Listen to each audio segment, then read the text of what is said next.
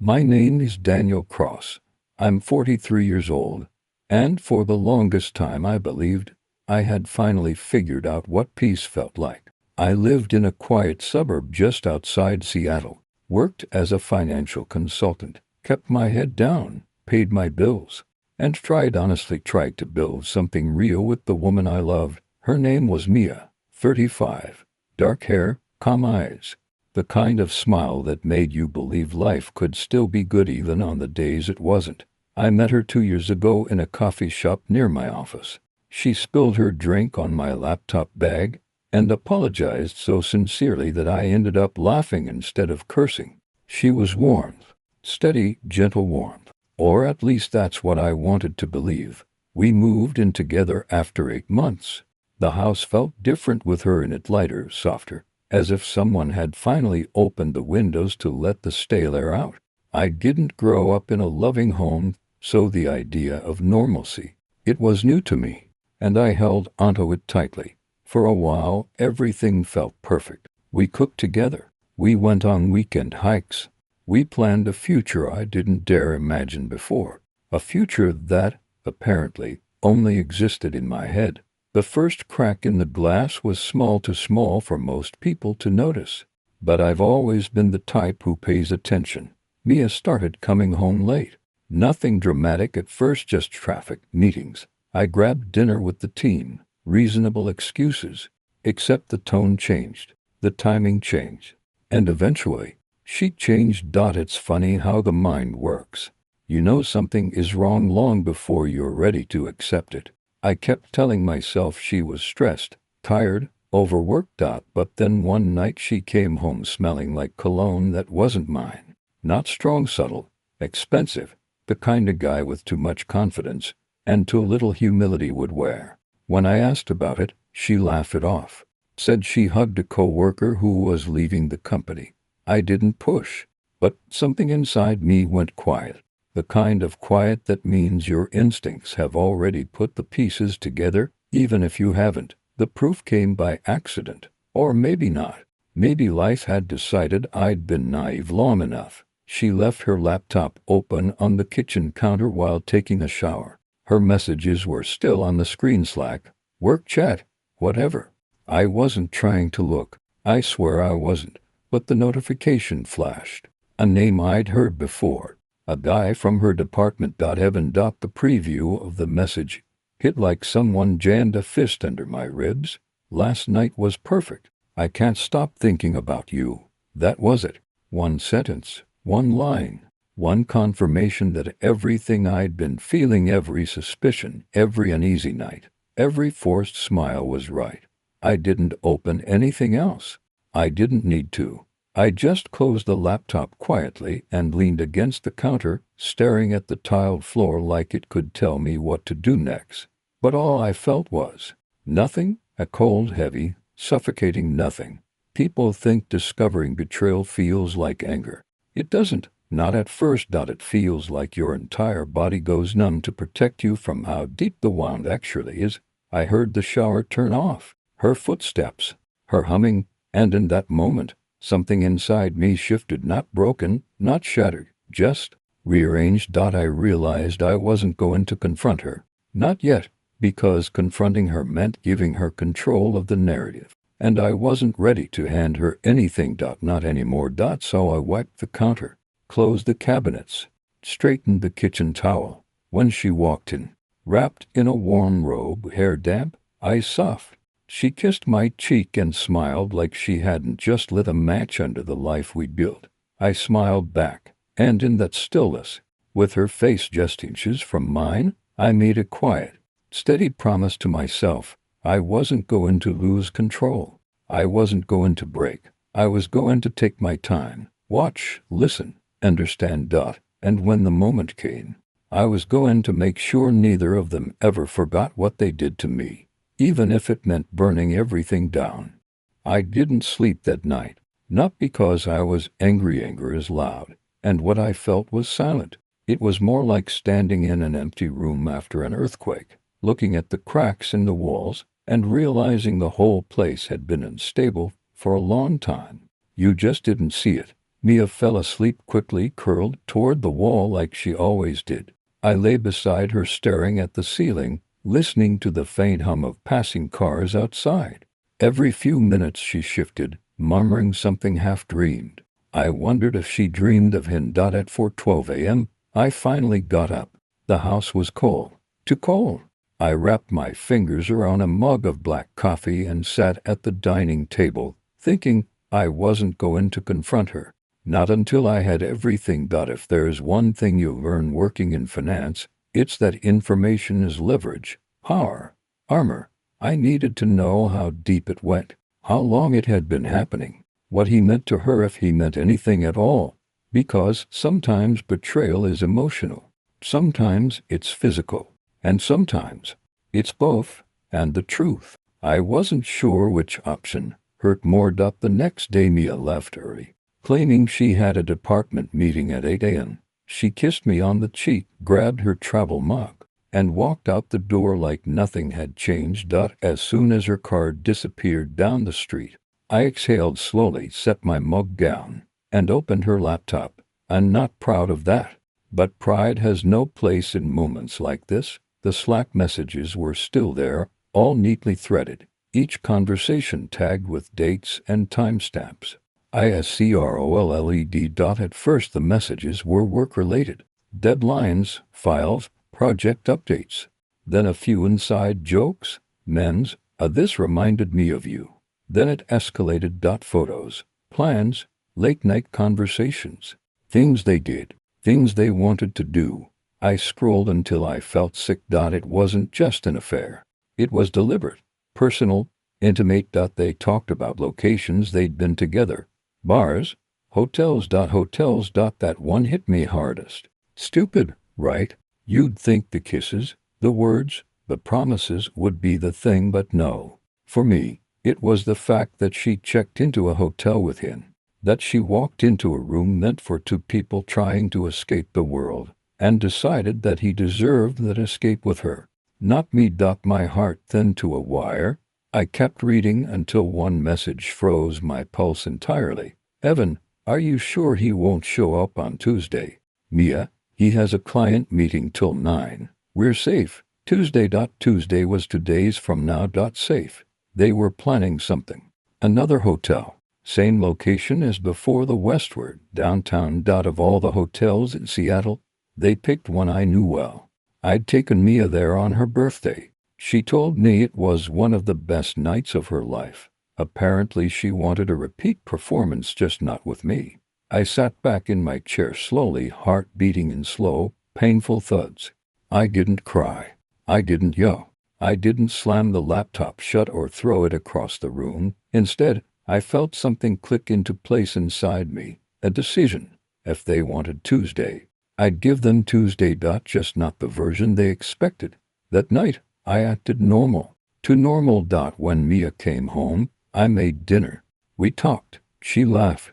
She kissed me goodnight like her lips weren't lying. She didn't notice anything. But I noticed everything. I noticed how she kept checking her phone when she thought I wasn't looking. How she typed quickly, screen turned away from me. How she smiled to herself at something she read. Evan, it had to be. I went to bed early, pretending to be exhausted from work.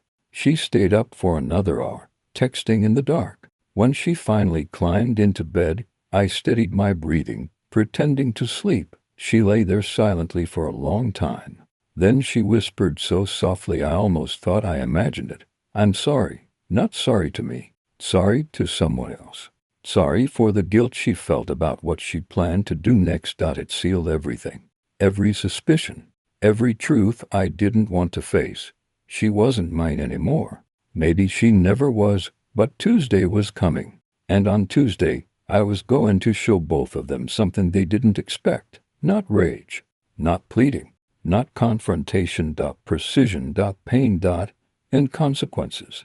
Tuesday arrived like a storm I'd been watching move slowly across the horizon.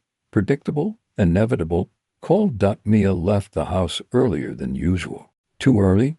She said she needed to prepare a presentation, but she couldn't look me in the eyes while she said it. Her hands shook when she tied her hair. Her voice had that slight tremor people get when they know they're lying to someone who trusts them. I didn't confront her. I didn't even question it.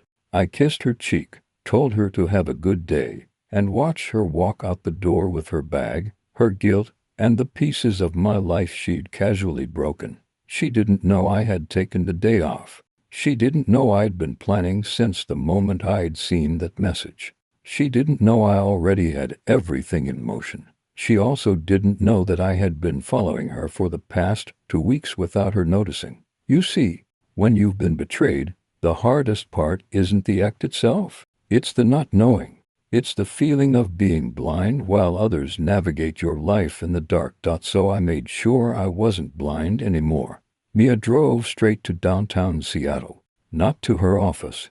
Not even close. Instead, she parked on a side street 2 blocks from the Westward Hotel, the same place she had booked for her little rendezvous. She sat in her car for a moment, breathing heavily, checking her phone, probably waiting for Evan. I watched her from half a block away, sitting in my own car with tinted windows. Her hands moved nervously. She fixed her hair 3 times, adjusted her blouse, put on lip gloss. All for him, not for me, not for the man who held her when she cried over losing her job last year, not for the man who stayed up with her through migraines, who supported her mother's hospital bills, who made her feel safe when she felt the world was against her. No, she wanted to look good for someone who only saw her as something forbidden. My stomach churned, but my expression stayed still. At 9:18 a.m. a silver BMW pulled up behind her. Evan, I recognized him immediately, the same man from her office Christmas party. The one she introduced me to so casually, the one she said was just a coworker, tall, sharp jaw, perfect hair, the kind of man who thought rules didn't apply to him. He didn't get out of the car. He just called her. She looked at the screen, smiled, and stepped out. She walked over. He unlocked the passenger door, and without hesitation, without even a flicker of guilt, she got in. The door shut. The car pulled away. My pulse stayed steady, but something inside me snapped just a little more. They thought they were alone. They thought they were safe, but they were wrong, very wrong. I waited 5 minutes, then started my car. I didn't follow them immediately. That would be sloppy. Instead, I took the long way around and parked in the underground garage of the Westward, 1 floor below the entrance they would use. From there, I took the stairs up, swiped the card I'd bought for maintenance access, and slipped into the hallway that overlooked the lobby from the mezzanine. They entered 3 minutes later. Mia clung to him. Evan held her waist like he'd done it 100 times. Maybe he had. They checked in using a reservation under a different name, his, not hers. Room 417. I memorized it instantly. They laughed, whispered, touched each other. All the things she used to do with me. And as I watched them step into the elevator, something changed inside me. Not hate, not fury. Clarity. I finally understood that trying to win Mia back, trying to fix things, trying to reason, none of that mattered. They had already chosen their ending, and now I was choosing mine. I didn't confront them in the hallway. I didn't bang on the hotel room door. I didn't catch them in the act like some husband in a cheap drama. No. I wanted something cleaner, smarter, lasting. So instead, I walked to the hotel's front desk, slid a small flash drive across the counter, and said, "There's been unauthorized access on your network. Your manager asked me to deliver this security patch." The clerk, young, exhausted, underpaid, didn't question it. He'd plug it into the hotel computer. And just like that, with one simple keystroke, I gained access to the entire building's security feeds. Every hallway, every elevator, every door logged. Including room 417. I watched them enter. I watched them kiss. I watched Mia's hands pulled in closer. My chest tightened. But I didn't look away. You don't look away from the truth. You learn from it. And then you act. I left the hotel, got back into my car, and sat in silence, thinking, breathing, planning. Because now I knew everything I needed to know: where they were, what they were doing, who they had chosen. And I also knew something they didn't. Their little secret hotel room was about to become the center point of a lesson neither of them would ever forget.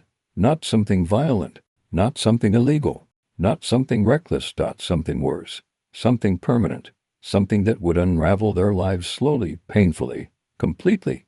The kind of lesson only betrayal can teach. I didn't rush anything. That's the part people never understand about real revenge. It's not loud.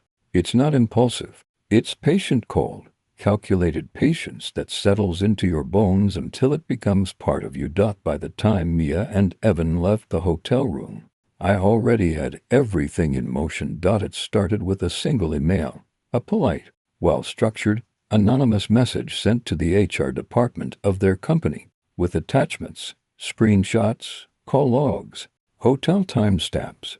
Enough evidence to spark an internal investigation that would make both of their lives crack open like thin glass under pressure. Not enough to get them fired immediately. No, that would be too fast. I wanted the slow fall, the unraveling, the whispers in the hallway, the mandatory interviews, the we need to talk conversations. I wanted them to feel the walls closing in long before the ceiling collapsed.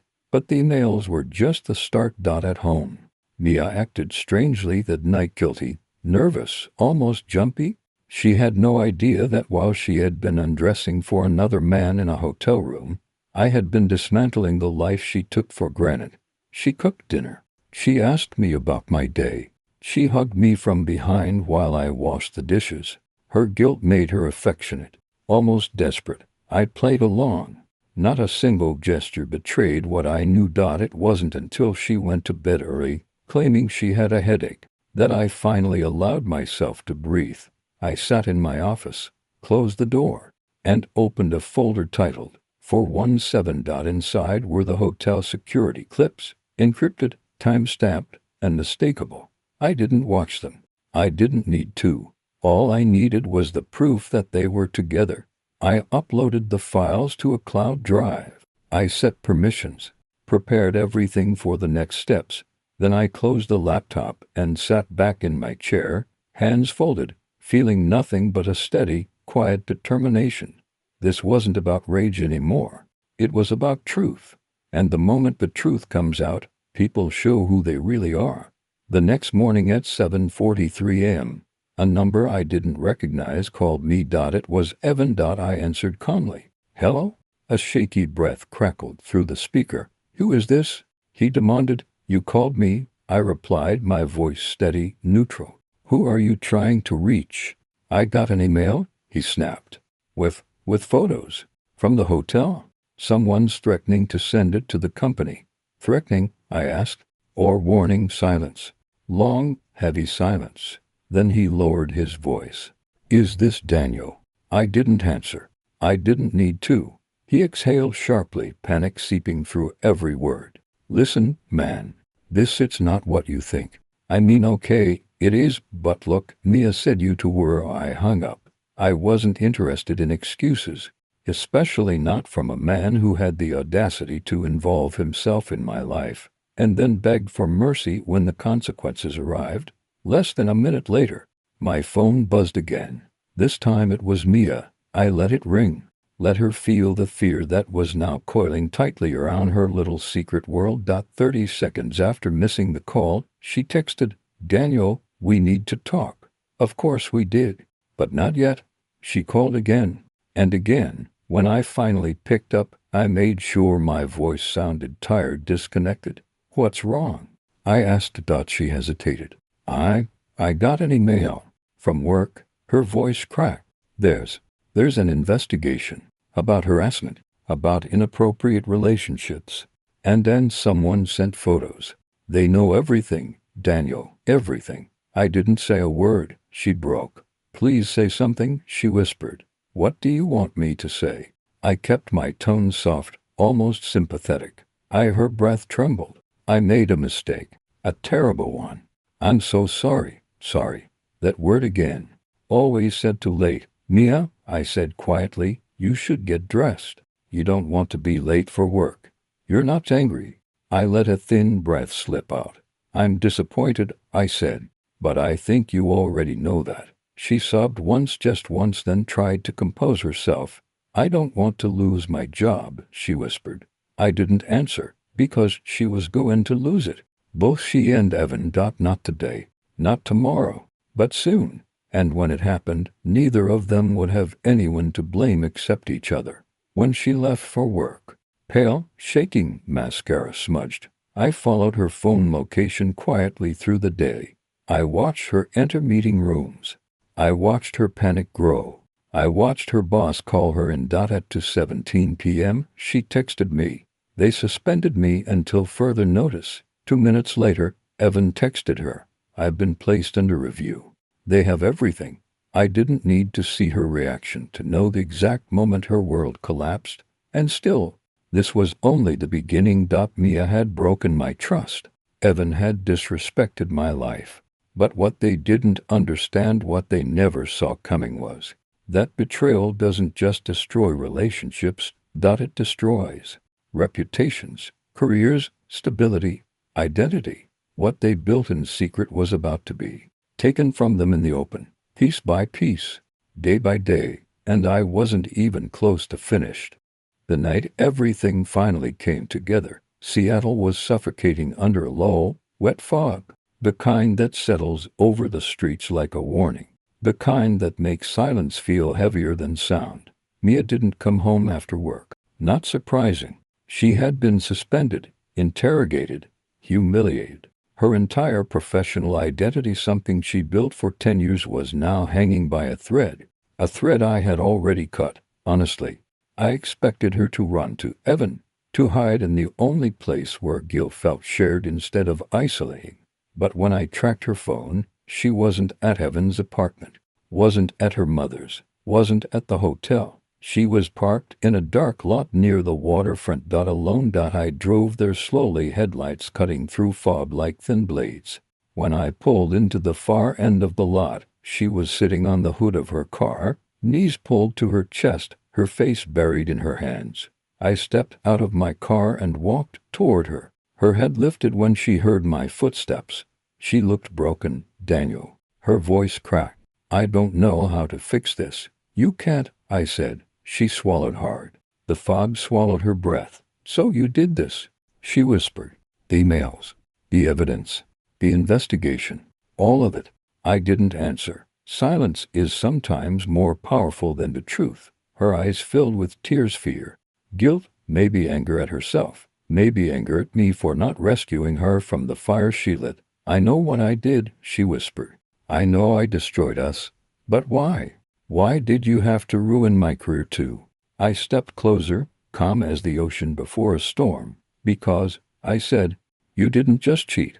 Mia, you let someone crawl into our life, into our home, into my peace, and you acted like it was nothing. Like you could just come home, kiss me, cook dinner, pretend it didn't happen." She shook her head, tears spilling. "I never meant to hurt you, but you did." I cut her off quietly. "And instead of stopping, you hid it, lied, layer after layer." She covered her face again. "And now it's all gone," she whispered. "My job, my reputation, my future." I didn't tell her that she had more coming. That the anonymous reports to HR were just the first chain reaction. That the video footage had already been uploaded to a private server accessible only by company leadership. That the hotel logs had been sent to the compliance officer. That Evan's name had appeared on the vice president's desk this morning with a dossier thick enough to end him. She didn't need to know the details, only the consequences. "Where's Evan?" I asked. Her shoulders stiffened. "I don't know." A pause. "No, that's a lie. He's gone, fired. They told him at noon. He left the building like he'd been shot." "Good, one down. And the two of you?" I asked. She winced. "There's no two of us. There never was. I don't even know why I did what I did." I knew why. People cheat because they're selfish in moments they think won't matter. Because they're bored. Because they crave attention. Because opportunity meets weakness. It doesn't make them monsters, just cowards. But consequences never care about intentions. She slid off the hood and stepped closer. "Daniel, do you still love me?" The question hit harder than I expected. Not because of the answer, but because she still had hope. I don't know, I said honestly. Right now all I feel is the truth. And what's that? She whispered. That you chose someone else. And that choices have consequences. She reached for my hand. Can we fix this? For a moment, I really looked at her. The woman I met at 29. The woman I built a home with. The woman I pictured a future with. And the woman who walked into a hotel room with another man because she thought I'd never find out. Something softened inside me. Not love, not forgiveness. Maybe closure. You can fix your life, I said. But you can't fix us. Her breath caught, like she hoped, until the last second that I'd cave, that I'd hold her, that I'd save her from herself. I'm filing for divorce, I said, and I'm keeping the house. She staggered back like she'd been struck. You're leaving me with nothing. No, I corrected. You left yourself with nothing. The fog curled around her as she broke, shoulders shaking, breath shallow, hands trembling. She wasn't crying because she lost me. She was crying because she lost the stability I gave her, the safety, the life I built, the life she gambled and lost. I turned and walked back to my car. She didn't chase me, didn't scream, didn't plead. She just stood there, small and drowning in the consequences she created. When I sat behind the wheel, I didn't feel triumph. I didn't feel vengeance. I didn't feel the satisfaction people expect at the end of revenge. I felt clarity. Peace. Maybe. Because betrayal changes you. But just as true, justice doesn't heal you. It frees you. As I drove away, watching Mia shrink in the rearview mirror, I realized something simple. Some stories don't end with forgiveness. Some don't end with reconciliation. Some end exactly as they should. With truth, with consequences, with a clean break. And with a man finally stepping out of the shadow of someone else's choices.